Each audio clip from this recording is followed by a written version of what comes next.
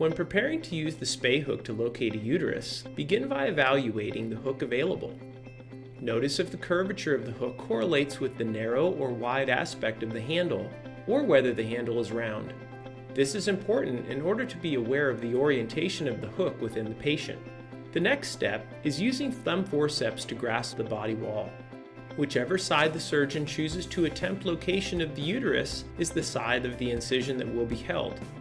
An easy way to grasp body wall without accidentally grasping underlying tissues is to insert the Spay hook in the caudal edge of the incision and apply caudal and upward traction. This will pull the body wall away from the omentum and other abdominal organs so that only the body wall is obtained. While applying a moderate amount of upward traction to the body wall, introduce the Spay hook with the hook facing cranially. Then, starting near the incision, press the hook against the abdominal wall and slide the hook downward, staying against the wall, toward the patient's dorsum. When the hook reaches the dorsum of the patient, apply lateral traction to the body wall in order to orient the Spay hook as perpendicularly as possible to the patient's dorsum.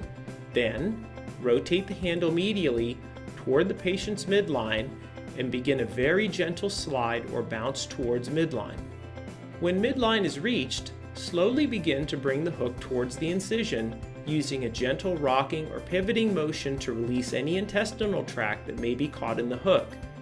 Continue upward traction on the body wall with thumb forceps. When the hook is visualized, gently remove the retrieved tissue, layer by layer, by picking it up and over the Spay hook.